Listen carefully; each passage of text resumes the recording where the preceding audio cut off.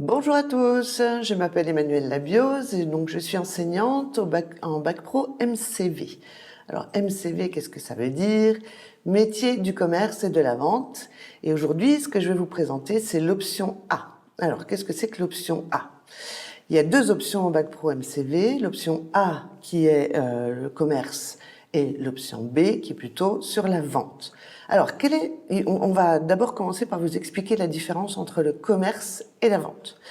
Alors, en gros, dans le commerce, vous êtes dans un magasin. Ça, il faut bien le retenir. Vous êtes dans un magasin. C'est les clients qui viennent chez vous, d'accord? Ils viennent vers vous et ils viennent vous acheter des produits. Quand on va en option B, on est plutôt dans la vente. Et là, c'est plutôt l'inverse. C'est vous qui allez faire de la prospection. Vous travaillez dans des grandes entreprises et c'est vous qui allez chercher les clients. Donc voilà la grande différence entre le commerce et la vente. Je sais que c'est pas évident de faire la différence entre les deux, mais bon, voilà.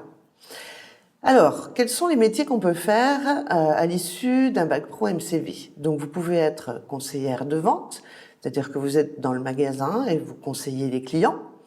Vous êtes vendeur en boutique, donc là, vous effectuez la vente jusqu'au bout, c'est-à-dire jusqu'à l'encaissement.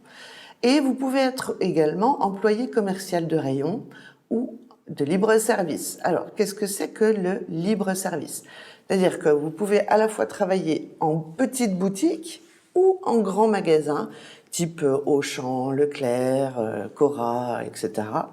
Et le libre service, en fait, c'est quand les clients vont se servir tout seuls. Donc, vous êtes là dans le magasin et vous pouvez orienter les clients et éventuellement les conseiller sur des produits qui sont un petit peu compliqués, comme de l'électroménager, ce genre de choses. Voilà.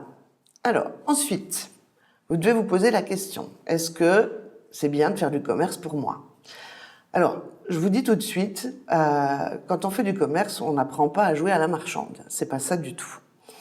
Il faut avoir certaines qualités. Déjà, il faut être à l'aise en communication, parce qu'on va faire de la communication forcément avec les clients. Il faut être ouvert aux autres. Si vous êtes très timide, je vous déconseille d'aller en commerce. Et avoir une bonne présentation. Alors la bonne présentation, c'est à la fois des vêtements corrects. Par exemple, il ne faudra pas imaginer aller en magasin ou en lycée en jogging, ça c'est juste pas possible. Et être toujours propre sur soi, bien coiffé, bien habillé, etc. Donc, les mots-clés, si vous voulez, pour être bon en commerce, il faut être apte à faire de la communication. Et contrairement à ce qu'on imagine, c'est pas celui qui parle le mieux qui est le meilleur vendeur en magasin. C'est celui qui écoute le mieux. Donc, il faut avoir une bonne capacité d'écoute. Il faut être dynamique. Si on vous voit dans le magasin en train de traîner les pieds, ben ça va pas le faire. Il faut être rigoureux parce que vous allez manipuler des chiffres. Il faut pas se tromper dans les prix. Il faut être rigoureux. Le sourire également, ça fait partie de votre costume. Comme un cuisinier, il met sa blouse, et ben vous, le sourire, ça fait partie du costume du vendeur. Et puis, il faut être capable de conseiller les clients. Et pour pouvoir les conseiller, il faut aussi connaître parfaitement ses produits en magasin. Donc, qu'est-ce que vous allez apprendre si vous décidez de venir en bac pro MCV option A? Donc, 4 grands points. Vous allez conseiller et vendre, mais aussi suivre les ventes. C'est-à-dire que maintenant, avec le développement d'Internet et le e-commerce, donc il y a des gens qui passent des commandes et vous devrez ensuite, en magasin, faire le suivi des ventes. Vous devrez fidéliser la clientèle. Alors, qu'est-ce que c'est que ça?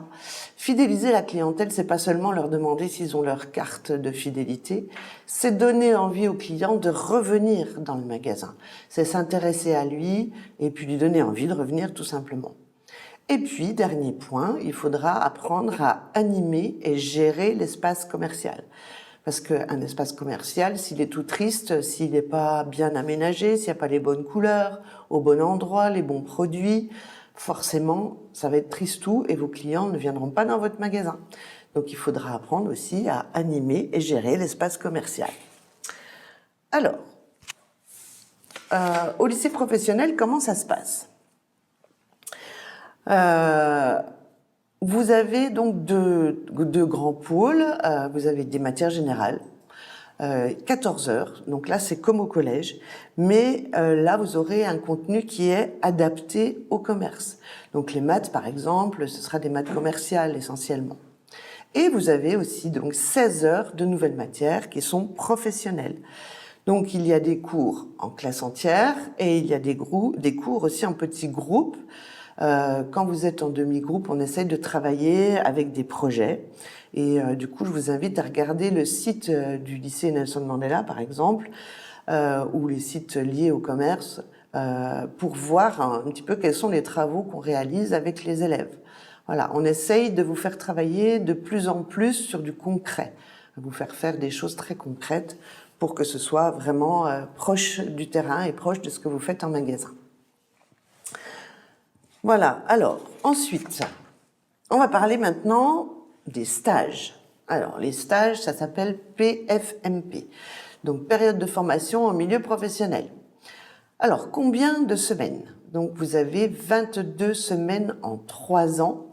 Donc, quand vous serez en seconde, vous faites 2 périodes de 3 semaines.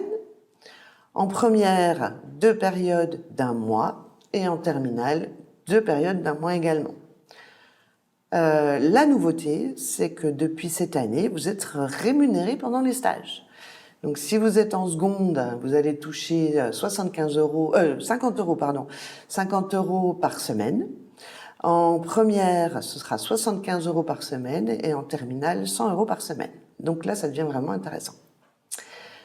Où est-ce que vous pouvez faire votre stage? Donc là, dans ce bac pro, vous pouvez faire votre stage dans beaucoup de lieux différents.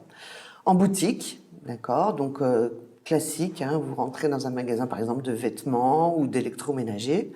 Donc là, vous pouvez faire de la vente en magasin, donc dans des petites boutiques. Vous pouvez aller en grande surface ou en grande surface spécialisée. Alors, quelle est la différence?